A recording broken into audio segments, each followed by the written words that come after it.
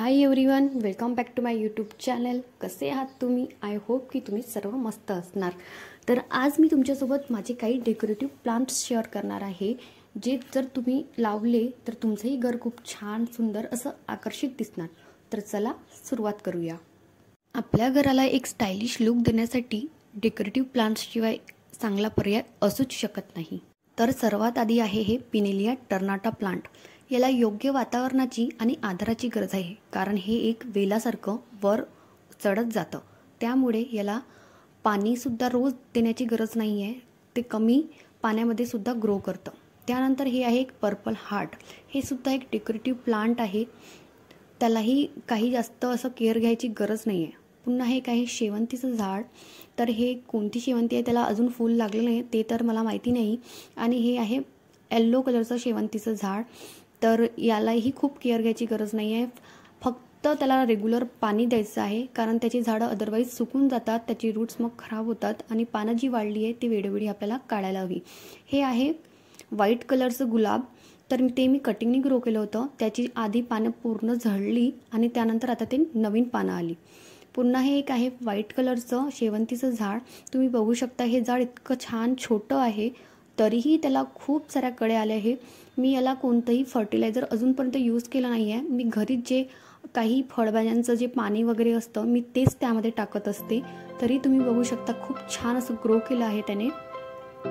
त्यानंतर हे आहे पायलिया मायक्रोफिला. तर हे सुद्धा छान डेकोरेटिव्ह प्लांट्स आहे. हे एकापासून खूप सारं बनत जातं आणि कटिंगने सुद्धा तुम्ही हे ग्रो करू शकता. त्याला कोणतं फर्टिलायझर वगैरे द्यायची गरज नाही, ते आपोआप वाढतं. आणि हे जे पुदिन्याचं झाड आहे हे मी ते एक लावलं. याला नेहमी ओलसर माती हवी असते. खूप जास्त ड्राय होऊ नाही द्या लागत माती, अदरवाईज ते वाढून जातं. पुन्हा मी ह्या एका कुंडीमध्ये इथे कॅक्टस आहे आणि एक मनी प्लांट आहे. माझ्या घरी मनी प्लांटसुद्धा 2-4 आहेत आणि हे भरपूर छान ग्रो करतात. त्यानंतर हे एक आहे येल्लो कलरचं शेवंतीचं झाड.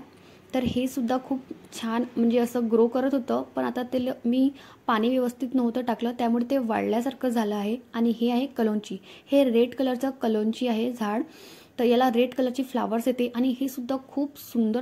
तर सर्वांनाच माहीत आहे हे टर्टल वाईन. हे माझ्याकडे हँगिंग असं पॉट किंवा कुंडी नव्हती, त्यामुळे मी अशाच कुंडीत लावलं. पण तरीसुद्धा तुम्ही बघू शकता हे इतकं छान याने ग्रो केलं आहे. याला ना छान असं सनलाईटची गरज आहे आणि रेग्युलर पाणी, बस एवढंच. खूप जास्त केअर घ्यायची गरज नाही आहे आणि ते आपोआप छान व्यवस्थित ग्रो करतं. तुम्ही त्याला कटिंगने सुद्धा ग्रो करू शकता. मी आणखी 1-2 कुंड्यामध्ये त्याला लावलं आहे आणि छान ग्रोसुद्धा करत आहे. तर या कुंडीमध्ये सुद्धा तुम्ही बघू शकता 2 प्लांट्स लावलेले आहे. मी ते काढण्याचा प्रयत्न केला, पण ते काही निघले नाही, कारण ते रूट्स खूप आता स्ट्रॉंग झालेले आहे त्यामुळे. तर हे आहे पिंक कलरचं गुलाबाचं झाड. आणि सेकंड आहे क्रोटॉन कोडियम वेरिजेटम. ते प्लांट आहे, तेही खूप सुंदर छान असं डेकोरेटिव्ह प्लांट्स म्हणून तुम्ही लावू शकता. पुन्हा हे एक आहे ॲलोवेरा. हे सुद्धा आपोआप ते 1-2 छान असं छोटं मग आणखीन रोप निघत जातं. त्याला पण खूप पाण्याची गरज नसते. आणि हे आहे झेड प्लांट. हे जर कुंडीत लावलं तर याला छान असं रेड कलरचे फ्लावर्स येतात छोटे छोटे आणि खूप सुंदर असं दिसतं. तर व्यवस्थित रेग्युलर जर आपण पाणी दिलं आणि सनलाईट दिलं तर ते झाड आपोआप व्यवस्थित ग्रो करतं. आणि कुंड्याची जी माती आहे, रोज पाणी रेग्युलर जेव्हा आपण टाकतो तर ती माती टाईट होऊन जाते. त्यामुळे आठवड्यातून एकदा किंवा 15 दिवसातून तुम्ही एकदा तरी माती जी आहे ती अशी खोरून काढायची पूर्ण कुंड्यामधून. म्हणजे पाणी व्यवस्थित ते रूट्सपर्यंत पोहोचतं आणि झाड व्यवस्थित ते छान ग्रो करतं. खूप हलक्या हाताने आपल्याला ते खोरून घ्यायची आहे माती, रूट्सला धक्का न लागता. अदरवाईज ते रूट्सला जर लागलं तर ते झाड खराब होऊ शकतं. तर फ्रेंड्स, ही होती काही सुंदर आणि उपयोगी डेकोरेटिव्ह झाडे जी तुमच्या घराचे सौंदर्य वाढवतील.